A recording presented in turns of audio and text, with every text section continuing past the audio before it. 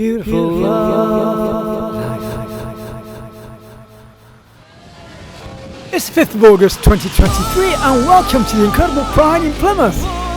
It's a gay LGVTQIA festival thing.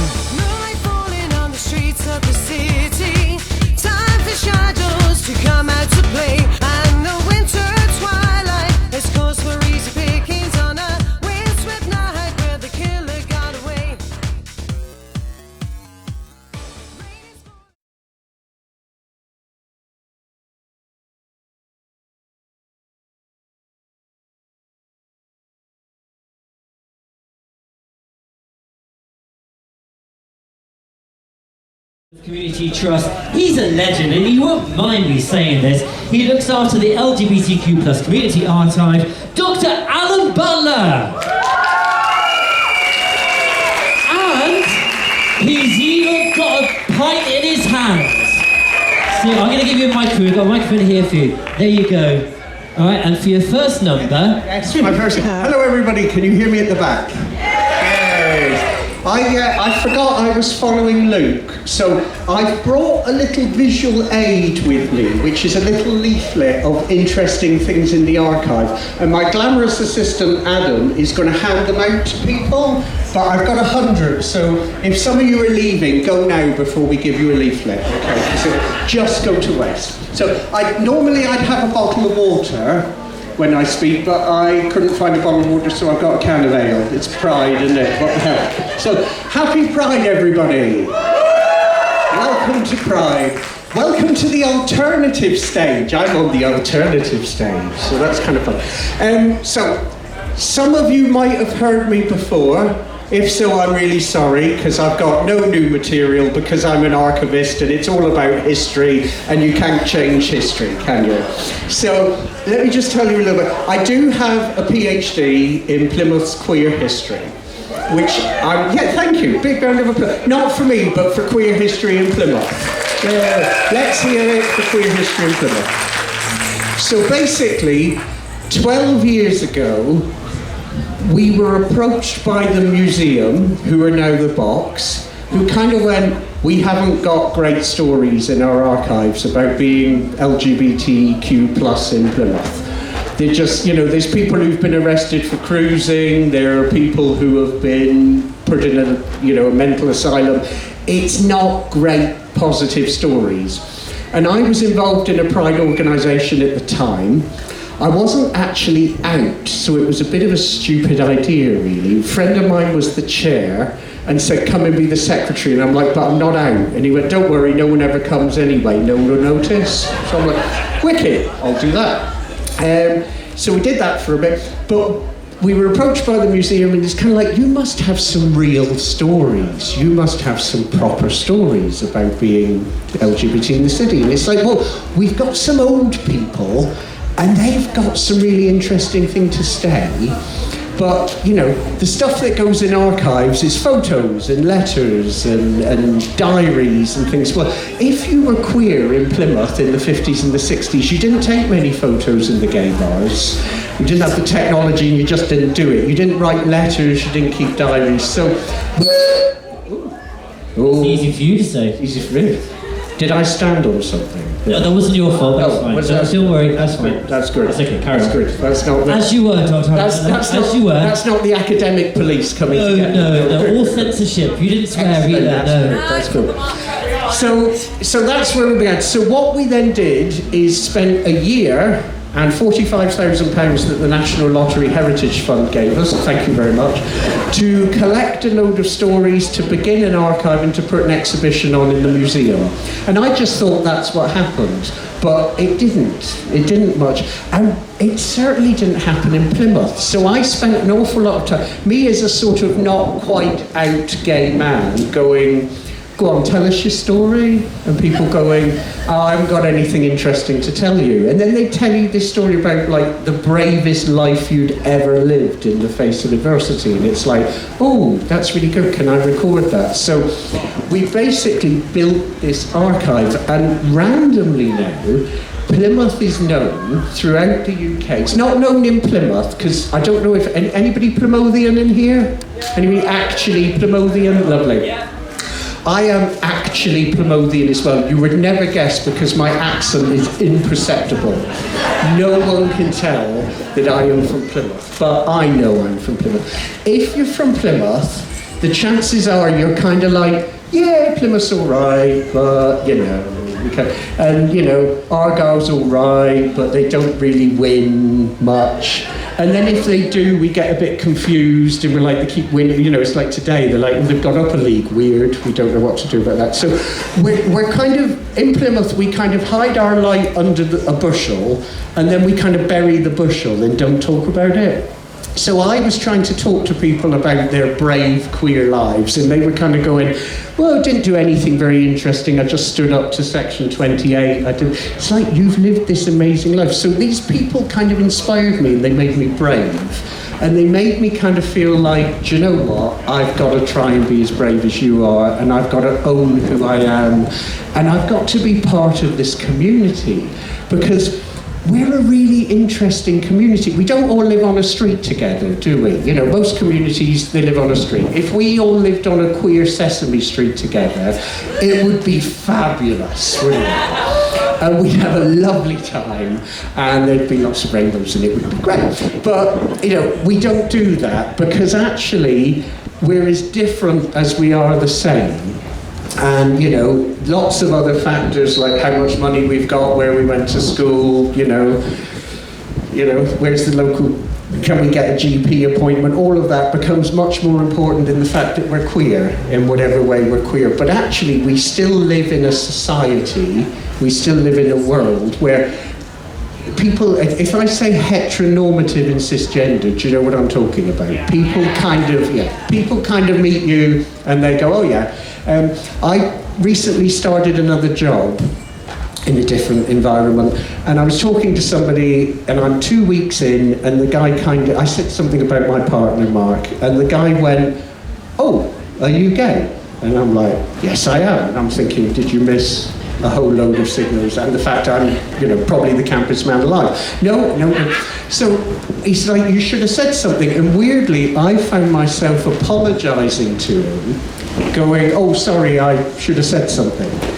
And then I'm like, what the hell am I apologising for? Why is that my problem? But he basically, you know, 2 weeks in, you should have said something. So I couldn't resist having the conversation then. I'm like, well, okay, so I should have said something before 2 weeks. Yeah, it's just weird you didn't mention it. So I said, right. But if I'd have walked into the room and gone, hello, I'm Alan, I'm gay, you'd have gone, weird, bit much, bit forward. So where in that 2 weeks is the sweet spot? At what point are we supposed to out ourselves to you? At what point are we supposed to say who we are? And he couldn't give me an answer. And I couldn't give him an answer either, because there's no rule book to this stuff. We just need to live our lives authentically, be who we are, and kind of signify what we need. And that's what the archives become about. So 12 years on, we've got over 100 stories from people who have told us what it's like to be queer in Plymouth, and how they've lived that life, and what's different about being in Plymouth. We have this kind of thing that, well, actually, if you're gay, if you're bi, if you're maybe you want to get out of Plymouth, maybe you want to go to London, you want to go to Brighton, you want to go to Manchester. When we started the project, I was actually told that, they're like, you're doing this in the wrong place. Why are you trying to create a Plymouth queer archive? Because you're wasting your time, because nobody down here is gay. Nobody's bi. And it's like, actually, have you met a whole load of people? But we kind of, it's a very Plymouth thing. We've kept it on the down low a bit. We've kept it a little bit, we've taken pride in the fact that we can pass. And we haven't done events like this. The first Pride event to happen in Plymouth was 2009. That's pretty late for a city to have its first Pride. And we had quite a short Pride parade across the Royal Parade and into the Civic Centre. Moscow had a Pride parade the same year, and they went further than we did in Plymouth, and people were shooting at them. So it just gives you some idea where we were at. I'm not downing that parade, it was amazing, it happened, but we've lived a very quiet life, and I think in Plymouth we're getting better at not being so quiet. And I think we're owning our stories more, and I think we're sharing what we're about. How am I doing for time? I'm getting there. That's not bad.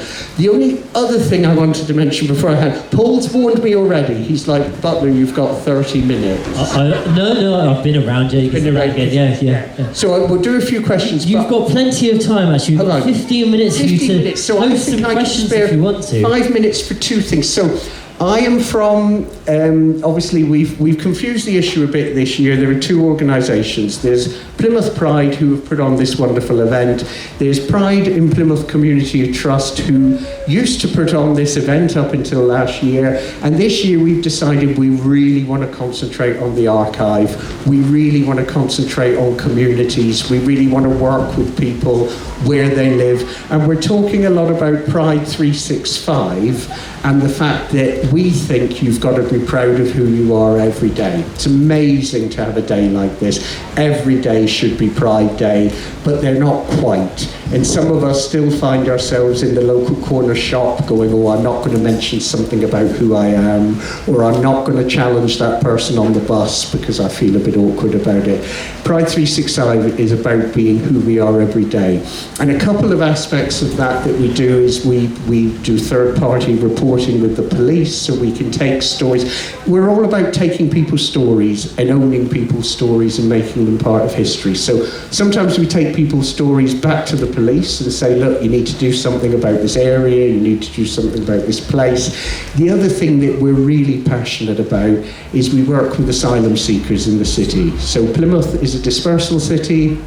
If you come to the UK seeking asylum, Plymouth is one of 5 cities you could end up living in, and a lot of the people who are here seeking asylum are here because they're LGVTQ+. And do you know what? They've spent their whole lives a bit like some of us being told, don't talk about it because it'll get you in trouble. People won't like you as much if you do this. So we spend an awful lot of time going, actually, you need to be proud of who you are, you need to talk about who you are, and let us help you do that. And we've been really privileged to work with about 30 people now, go to court with them, give evidence as to their gayness, their bisexualness, their transness, and it's ridiculous that we live in a world where we need to do that. But what it's meant is they've got their status to stay in the city, and they've become part of our Pride family, and that's really what we're all about. So I'll stop and see if anyone has any questions. Yeah, do we have any? It's nice to see everyone kind of like taking up some positions inside now, on the floor. If I was you, I'd be on my knees, mind you. It's not the first time I've been on my knees in Central Park anyway. And I'm sorry I went there. So do we have any questions? And I'll come to you with this lovely microphone. Any questions? Any questions?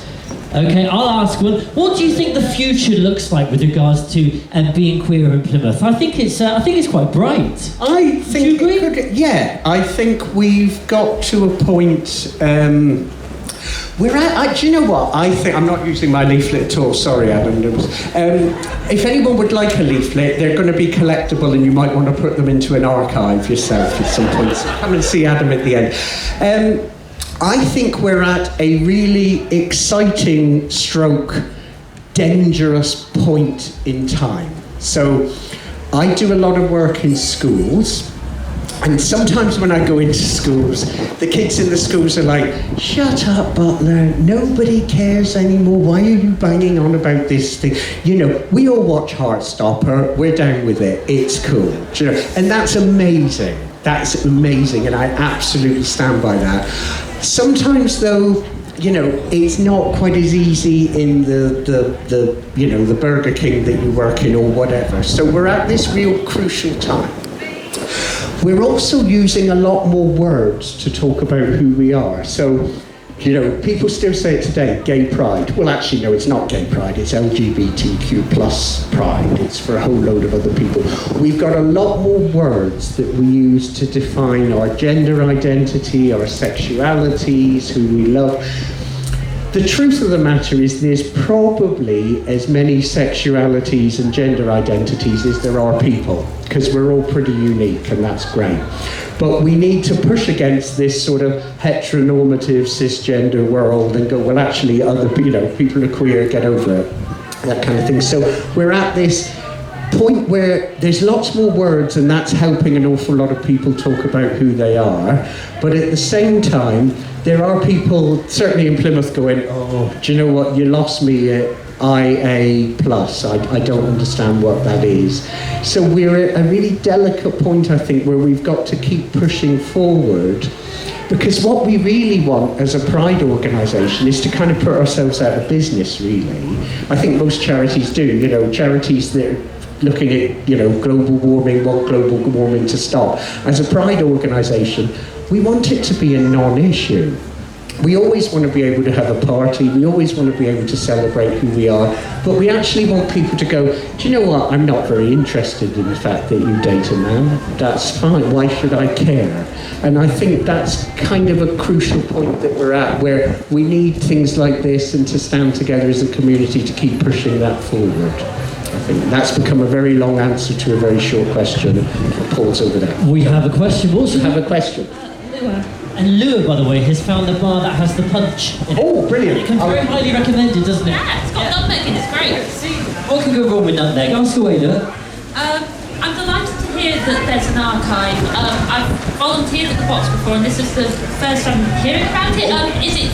What's the best way to access any material in it? Is it through the box? Is it through another place? That's a really good question. And I have some friends. I worked for the box for a number of years, so I should tread very carefully, and I have some friends from the box here. The original plan was, 12 years ago, that we would spend 12 months creating this archive and then just hand it over to the museum as they were then. So that's what we did. So if you go to the Box online catalogue, I'll prove I'm an archivist here. If you go to the Box online catalogue and you type in accession 3901, you'll get a big chunk of our archive. What happened during that year, though, is, I hate to bring it up, but we won a national award for our archive. We were voted the most inspirational new archive. Thank you very much. National award-winning archive, yes. There are other award-winning archives in the room who I can feel looking at me from another And you've won many other awards. But ours is still better.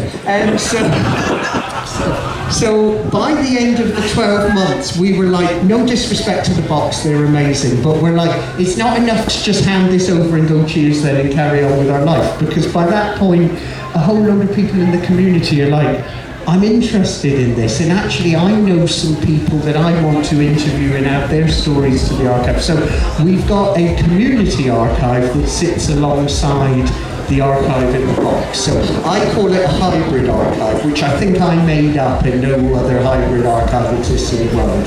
But if you go to our office in Leadworks, so Pride in Plymouth is based in a place called Leadworks, we have to the untrained eye, it looks like a junk shop, but it's not. It's an award-winning archive, and there's a whole load of material there. So basically, you can access it through the box, and quite often they will point people our way, or you can come to us directly through Pride in Plymouth at Leadworks and come and look at it that way. And what we try to do is keep both archives speaking to each other, but we're a bit more active in the community because that's what we're about. So I think we've got about 30 interviews that haven't quite found their way into the box yet, but they will do at some point. Cool. Any more questions? Any more questions for Alan? Yes, over here. Alan, is the archive, so the archive's still growing then? It's still growing. Absolutely still growing. You can archive me when it's Yes, I have thought of putting you away in a box, Paul. Yes.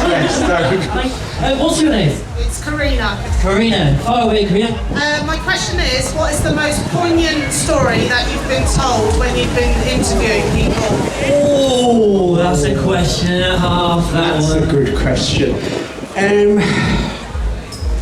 The most poignant story I've been told in interviewing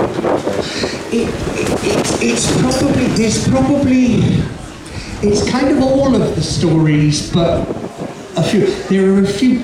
As I say, everybody always goes, my life I didn't really do anything that exciting. There are a couple of people in particular that I've interviewed. One lady is Gay Jones, who created it with her partner. We've got the Prudence de Villiers field here today in honour of a bookshop that Gay and Prue made together called In Other Words. And Gay I really had to push Gay into telling her story because she was kind of like, it's not that interesting. And if you talk to Gay and Prudence came here in the 1980s to open a radical bookshop because they felt Plymouth didn't have a radical bookshop and it needed them. Now, Plymouth didn't have a radical bookshop because we're not very radical. Like I say, we hide our light, we don't kind of do it. So Gay and Prudence came here, opened this bookshop, and over the years they had the bookshop, they kind of challenged things like Section 28, they were outspoken on HIV and AIDS. They just stood up for importance. And it wasn't even just LGBT stuff, it was global warming, it was CAD, it was all manner of stuff.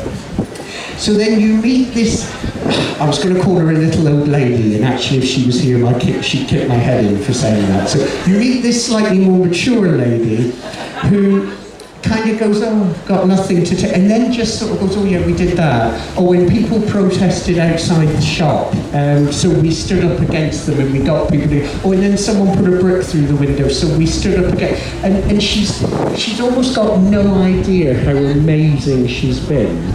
And it's only when you kind of reflect it back on her, she starts to get any sort of sense of that. So it's watching people become empowered by their own stories, I think, that's it. And then, not to make it about me, but I started this as a sort of semi-out gay man, and suddenly I'm like, I need to be at least half as brave as you've been, because you're amazing. Do you know what I mean? And it's lifted me as well, so yeah.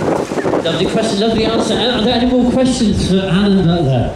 Let's have a look around, If somebody has something that's of interest and they think it's of interest to the archive, can they send it to you? They can, yeah, just give us a shout. We're on the web, we're on all the social medias, drop us an email. We've got hello@prideinplymouth.org.uk and we've all got email addresses there. Yeah, just give us a shout, basically.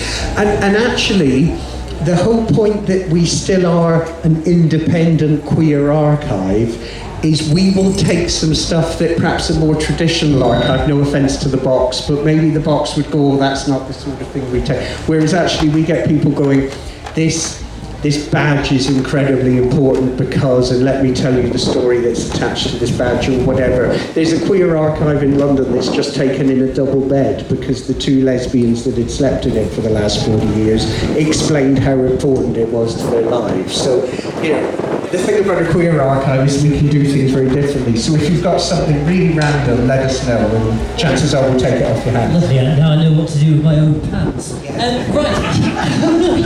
We did try for Tom Daly's trunks at one point. We're still working on it. It can still be arranged. There are ways and means. I'm sat on the grass and I can actually say it's warmer on the grass for a change. I quite like it down here. What's your name? Anwin, far away. Would you call this a Trinity point in gay history? Would I? Like as in the Trinity test in queer history? Sorry, I did. What would you call this the Trinity point for gay history? Oh, Trinity. What you just? You might need to go into a bit more detail about Trinity. How are you feeling? Sort of. It's like it could go either. Like there's all sorts of ways it could go, and yes. I want it to be the most positive way, but there's a non-zero chance it could go with the entire atmosphere catches fire sort of thing. Yes, I think yes, absolutely. On the one hand, I talk about a couple of gents called Ted and Don, who basically have married each other 3 times in the last sort of 50 years to keep up with changes in legislation. And I'm like, that's amazing, look how far we've come. But at the same time, when I started this archive project, I was talking to one couple and I said, at the time it was just civil partnerships, we didn't have same-sex marriage. And I said, you're going to have a civil partnership? And they're like, no, because we don't want our... Someone's getting buried over there. We don't want our names on a list if things slide back. And I thought, that's very short-sighted, you know. And then in the last few years, coronavirus, Trump, just life generally, I think things are slightly, and what is being said about our trans community, what people feel they can say, the opinions that they think they can throw, is just abhorrent, absolutely abhorrent. So I think we're at an absolutely critical point, and we could go like that, or it could all go up in fire. Yeah. Never forget the T! Exactly. Or the I, or the A, or everything, because it all matters. Absolutely all matters. No pride unless it's for all of us. Could we ever say non-straight? Yeah, maybe. Yeah. I think that the world has so much colour in it, we shouldn't ignore any single shade of it. Yeah. Right, just before we possibly wrap up, can I just see, do we have Rebecca Matthews with us? Ready? Yes, we do. Brilliant. Okay. So in other words, you've got to shut up now, Alan. All right. I'm so sorry about that. No, thank you all for listening. Special thanks to everybody involved in Pride Plymouth 2023. Jingle music on this video is by Jasmine from Plymouth. 30 years of culture and the arts as a free service on Love Summertime TV. Don't forget to friendly share my videos, subscribe to my channel and support me through PayPal at tcsphoto1@gmail.com. Thanks for watching the video.